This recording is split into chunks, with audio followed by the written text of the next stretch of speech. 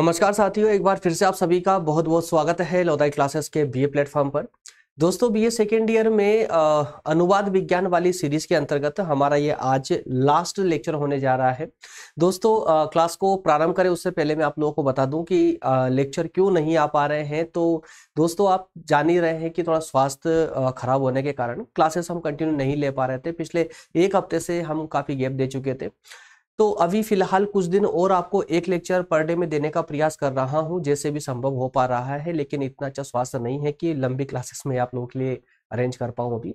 But हाँ, जल्दी ही कुछ ही दिनों में कंटिन्यू क्लासेस वापस से स्टार्ट कर देंगे। पहले की तरह 4 क्लासेस डेली पूरी कोशिश कर रहे हैं ताकि जल्दी कंटिन्यू हो जाए और ताकि आपके एग्जाम के लिए आपको काफी सपोर्ट, अच्छा सपोर्ट मिल जाए। ठीक है ना। तो लेक्चर नंबर 23 दोस्तों आज हमारा इस सीरीज का अर्थात हिंदी साहित्य में अनुवाद विज्ञान की सीरीज के अंतर्गत लास्ट होने जा रहा है, जो कि एपिसोड 5 होने जा रहा है, जैसे मैंने आपसे बात की थी। ठीक है ना। जिसमें हम कंप्लीटली एमसीक्यू क्वेश्चन आंसरों पर चर्चा कर रहे थे।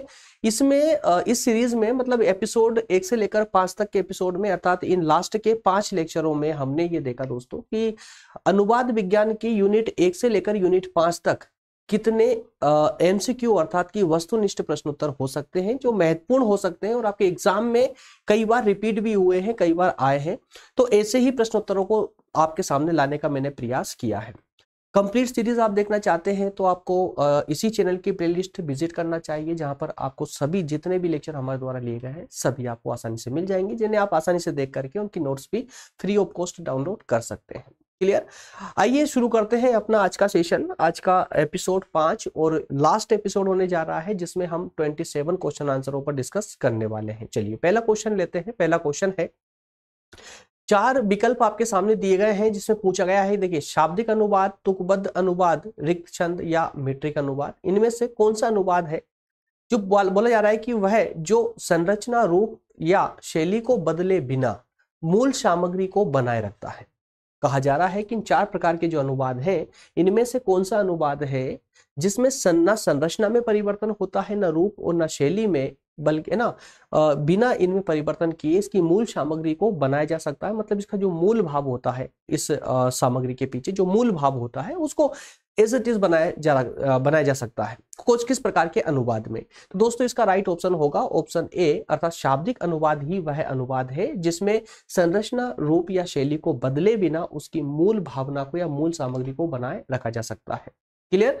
अगला प्रश्न लेते हैं। अगला प्रश्न है, 4 विकल्प आपके सामने दिए गए हैं, ध्वन्यात्मक अनुवाद, तुकबद्ध अनुवाद, व्याख्या या शाब्दिक अनुवाद। तो कहा जा रहा है कि इनमें से क्या है वह जगह है जहां अनुवादक छंद और छंद के दोहरे प्रबंध में प्रवेश करता है, अर्थात कि अनुवादक जो है अनुवाद करते समय अत्यधिक रूप से छंद का प्रयोग करता है। इनमें से कौन है? ध्वन्यात्मक अनुवाद है या तुकबद्ध अनुवाद है, शाब्दिक या फिर व्याख्या है? तो आप सभी जानते हैं, जब तुकबद्ध अनुवाद किया जाता है अनुवादक के द्वारा तो वहां पर छंद की अत्यधिक रूप से उसका प्रयोग किया जाता है, इसलिए इसका ऑप्शन बी करेक्ट हो जाएगा। क्लियर। अगला प्रश्न लेते हैं। अगला प्रश्न है, होमन ओडिसी और बर्लिन एनीड का अनुवाद किसके द्वारा किया गया? ये पूछा जा रहा है कि अलेक्जेंडर के द्वारा, विलियम के द्वारा, जॉन या अब्राहम के द्वारा। तो इसका राइट ऑप्शन भी दोस्तों यहाँ पर ऑप्शन बी ही करेक्ट होगा, विलियम मोरिस के द्वारा ही जो है ह्यूमन ओडिसी और बर्लिन एनीड का अनुवाद किया गया था, इसलिए ऑप्शन बी करेक्ट हो जाएगा। अगला प्रश्न लेते हैं। अगला प्रश्न है, ड्राइडन ने हैवदना या the flower and the leaf या गीतांजलि या जैन आयरे, इनमें से किसका अनुवाद किया जिसे उन्होंने चौसर की बेहतरीन रचनाओं में से एक माना था? ड्राइडन ने इनमें से किसका अनुवाद किया था जिसे उन्होंने चौसर की बेहतरीन जो रचना है उनमें से एक माना था? तो इसका ऑप्शन भी राइट ऑप्शन कौन सा हो जाएगा? बी हो जाएगा, the flower and the leaf ही जो है वह अनुवाद था जो जिसे ड्राइडन ने चौसर की बेहतरीन रचनाओं में से एक माना था। क्लियर है। स्वास्थ्य थोड़ा ठीक ना होने के कारण दोस्तों मुझे थोड़ा सा अपनी लिमिट को ध्यान में रखते हुए बोलना पड़ रहा है। ज्यादा लाउडली नहीं बोल सकता, ज्यादा कॉन्फिडेंट होकर के नहीं बोल सकता, क्योंकि अगर ज्यादा स्पीड से बोलने लगा ना तो समथिंग की जो सांसें है ना वो तेज चलने लगेगी और फिर से प्रॉब्लम होने लग जाएगी। ठीक है ना। इसलिए थोड़ा सा, लेकिन हाँ, डोंट वरी, सेशन हम कंप्लीट करेंगे, बिल्कुल निश्चिंत रहे आप लोग। सेशन में कैसे ले पा रहा हूँ ये मैं ही जानता हूँ। इतनी अच्छी स्थिति नहीं है कि मैं खड़ा प्रॉपर तरीके से 10 मिनट भी प्रॉपर तरीके से ठीक से खड़ा होकर के मैं आप लोगों को एक्सप्लेन कर पाऊँ, लेकिन फिर भी मैं कोशिश कर रहा हूँ जैसे तैसे, क्योंकि पिछले एक हफ्ते से मैं बेड पर था, है ना।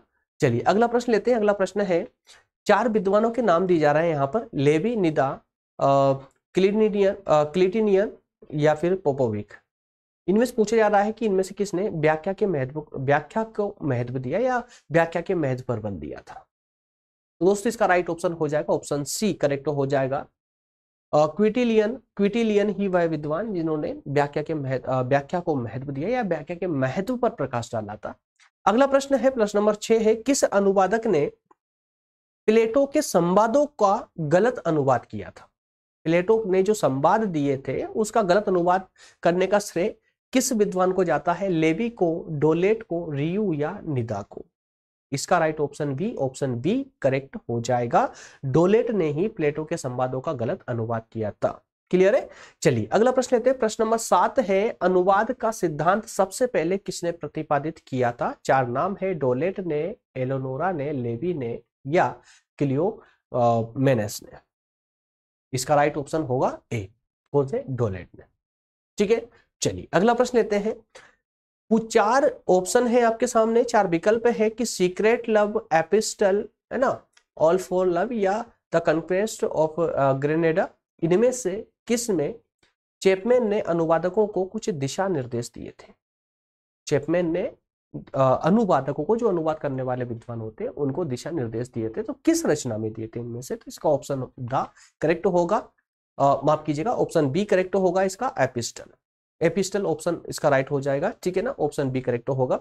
चलिए अगला प्रश्न लेते हैं। अगला प्रश्न है, डोलेट ने अनुवादक के लिए किस सिद्धांत, कौन सा सिद्धांत स्थापित किया था। तो 4 माफ कीजिए, कितने सिद्धांत स्थापित किए थे। डोलेट ने अनुवादक के लिए कितने, मतलब डोलेट ने जो है, डोलेट ने अनुवाद करने वाले जो विद्वान होते हैं, तो उनके लिए कुछ सिद्धांत प्रतिपादित किए थे। तो पूछे जा रहा है कि कितने सिद्धांत उन्होंने दिए थे, 3, 5, 4 या फिर 6 सिद्धांत। तो इसका राइट ऑप्शन बी होगा, 5 सिद्धांत उन्होंने प्रतिपादित किए थे।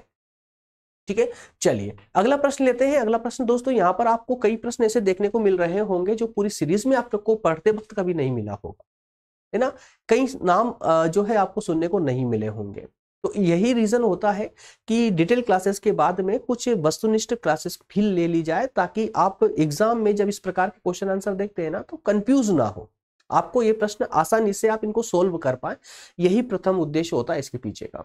चलिए अगला प्रश्न है, एडमंड केरी ने कौन सी शताब्दी के दौरान अनुवाद के महत्व पर बल दिया था। कौन सी शताब्दी में, तो आप सभी जानते हैं, तो 16वीं शताब्दी की कहानी थी। ठीक है ना, 16वीं शताब्दी, इसलिए ऑप्शन ए करेक्ट हो जाएगा। चलिए अगला प्रश्न है, 4 विद्वानों के नाम है, डोलेट, एडमंड, लेवी और मैथियसन।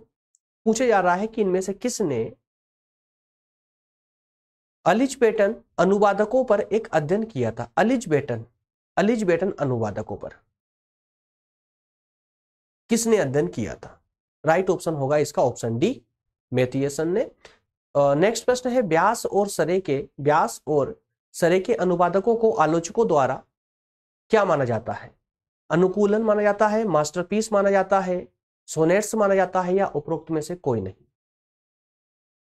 तो दोस्तों यहाँ पर व्यास और सरे के अनुवादकों को आलोचकों के द्वारा क्या माना जाता है, अनुकूलन माना जाता है। क्या, अनुकूलन माना जाता है, इसलिए ऑप्शन ए करेक्ट हो जाएगा। अगला प्रश्न है, प्रश्न नंबर 13 है, कौन सी शताब्दी के दौरान फ्रेंच क्लासिक्स का अंग्रेजी में अत्यधिक अनुवाद किया गया था। फ्रेंच क्लासिक्स का अंग्रेजी में अनुवाद हुआ था अत्यधिक रूप से, है ना। सामान्य रूप से तो चला आ रहा था, पिछली कई शताब्दियों में हुआ, लेकिन अंग्रेजी में अत्यधिक रूप से जो अनुवाद हुआ था फ्रेंच क्लासिक्स का, वो कौन सी शताब्दी में हुआ था। तो ये हुआ था 17वीं शताब्दी में, अर्थात कि ऑप्शन सी करेक्ट हो जाएगा। अगला प्रश्न है, एक अमेरिकी साहित्यकार पुरस्कार है, कौन सा। रोन ब्राउन पुरस्कार है या फिर सर्वश्रेष्ठ अनुवादित पुस्तक पुरस्कार है या जैक पुरस्कार या फिर एपी पुरस्कार। पूछा जा रहा है कि इनमें से कौन सा अमेरिकी पुरस्कार, साहित्य पुरस्कार है जो अंग्रेजी में पिछले वर्ष के सर्वश्रेष्ठ मूल अनुवाद को मान्यता देता है। अर्थात ये कि पिछले वर्ष जिसने अंग्रेजी में सर्वश्रेष्ठ अनुवाद किया हो उसको दिया जाता है। कौन सा अनुवाद है, माफ कीजिए कौन सा पुरस्कार है? तो ऑप्शन बी इसका करेक्ट होगा, सर्वश्रेष्ठ अनुवादित पुस्तक पुरस्कार ही वह पुरस्कार है। क्लियर। अगला प्रश्न है, प्रश्न नंबर 15 है, पूछा जा रहा है कि कविता, नाटक, व्याकरण या मुहावरा, इनमें से किसका उनके कार्य के आधार पर अनुवाद किया जाता है? कार्य के आधार पर, तो कार्य के आधार पर अगर हम अनुवाद की बात करें, कार्य के आधार पर, तो वो होगा दोस्तों मुहावरा, है ना, क्योंकि मुहावरा का शाब्दिक अनुवाद संभव नहीं है। मुहावरे कई कई प्रकार से दिए जाते हैं जिसमें शब्द कुछ अलग होते हैं लेकिन भाव कुछ अलग निकलते हैं, ठीक है ना, जैसे जिसकी लाठी उसकी भैंस, ठीक है। तो शाब्दिक अनुवाद नहीं कर सकते, इसके भावों का अनुवाद करना होता है, इसलिए कहा जा रहा है कि इसे कार्य का अनुवाद किया जाता है, ठीक है ना, ऑप्शन डी करेक्ट हो जाएगा। अगला प्रश्न लेते हैं, 2014 के अंग्रेजी भाषा के साहित्यिक अनुवाद पुरस्कार के विजेता एथीना दिमित्रियानी है। इनमें से जो है ब्लैंक प्लेस दिया गया है आप लोगों के लिए, पूछा जा रहा है कि इनके द्वारा द लाइट हाउस के अनुवाद के लिए, लाइट हाउस के अनुवाद के लिए ये प्रसिद्ध थी, या कहें कि इनको पुरस्कार दिया गया था, किसको? एथीना को। तो हेनरी बेकवाइट के लिए, अलेक्जेंडर पुश्किन के लिए, या एलिसन मूर के लिए, या कैथरीन एंडरसन के लिए? तो इसका राइट ऑप्शन बी, माफ कीजिए सी करेक्ट हो जाएगा, एलिसन मूर के लिए, ठीक है ना, एलिसन मूर के लिए ही जो है इनको इस अनुवाद इस पुरस्कार से सम्मानित किया गया था, एथीना दिमित्रियानी को। चलिए अगला प्रश्न है, सिगिजमुंड क्रिजिहानोव्स्की द्वारा no country for old man, या the lord of the rings, या ऑटोबायोग्राफी ऑफ कोफ्स, या फिर जो है ईस्ट ऑफ ईडन, इनमें से किसको जोआन टर्नबुल द्वारा रूसी से अनुवादित किया गया था? रूसी भाषा से अनुवादित, रूसी से, है ना, याद रखिए, रूसी से मतलब रूसी भाषा से अनुवादित किया गया था। कौन था इसको? जोआन टर्नबुल के द्वारा, इसको याद रखिए, जोआन टर्नबुल के द्वारा इनमें से किसको रूसी भाषा में अनुवाद किया गया था? इसका राइट ऑप्शन होगा, ऑप्शन सी करेक्ट होगा, ऑटोबायोग्राफी ऑफ अ कॉप्स को रूसी भाषा से अनुवादित किया गया। रूसी भाषा से, याद रखिए, रूसी भाषा में नहीं, रूसी भाषा से अनुवाद किया गया था। अगला प्रश्न लेते हैं, जॉन जैकब स्लाउडहॉफ द्वारा the forbidden kingdom Paul Besant के द्वारा किस से अनुवादित किया गया था? किस से? तो ये डच भाषा से अनुवादित किया गया था, द फॉरबिडन किंगडम, ठीक है ना, इसलिए ऑप्शन बी इसका करेक्ट होगा। अगला प्रश्न लेते हैं, अगला प्रश्न है, मार्कोस गिराल्ट टोरेंट के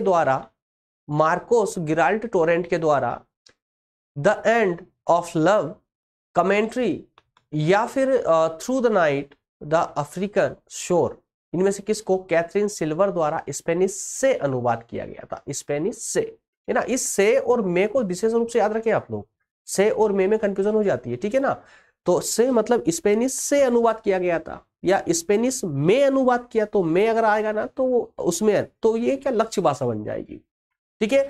तो इसका राइट ऑप्शन होगा, ऑप्शन ए करेक्ट होगा, द एंड ऑफ लव को ही जो है इन्होंने स्पेनिश से अनुवाद किया गया था। अगला प्रश्न है, भाषा विज्ञान पर जोर और किस दशक की कहानी है ये? किस दशक में जो है मशीनी अनुवाद के शुरुआती प्रयोगों के कारण पूर्वी यूरोप में अनुवाद अध्ययन का तेजी से विकास हुआ था?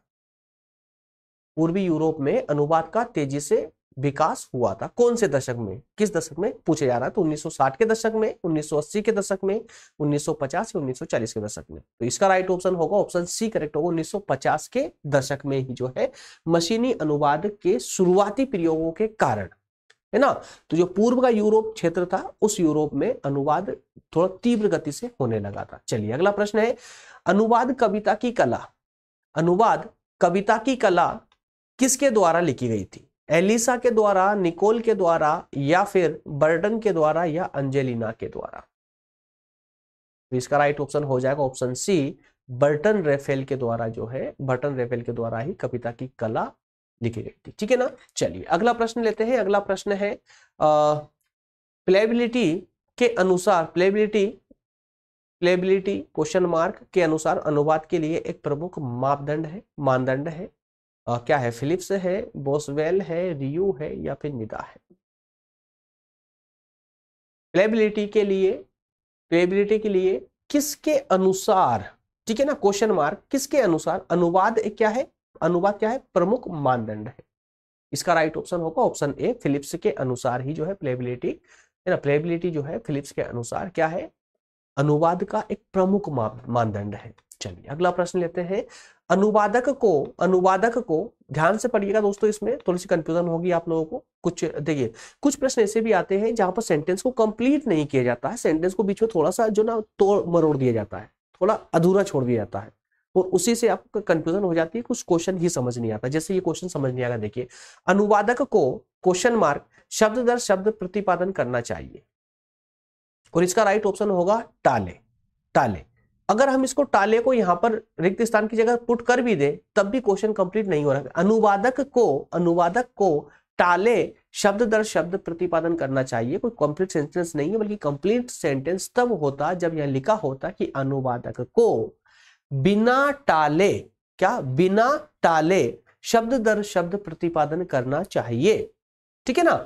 तो इसका राइट ऑप्शन होगा बी, इसका राइट ऑप्शन बी हो जाएगा कि एक अनुवादक को कोई सी भी सामग्री, कोई सा भी डेटा बिना कुछ टाले, बिना कुछ छोड़े, बिना किसी बात को टाले, है ना, उसको फॉरगिव करके और आगे नहीं बढ़ना चाहिए, बल्कि शब्द दर शब्द उसका प्रतिपादन करना चाहिए। अगला और अंतिम प्रश्न लेते हैं। अनुवादक को दोनों का पूर्ण ज्ञान होना चाहिए।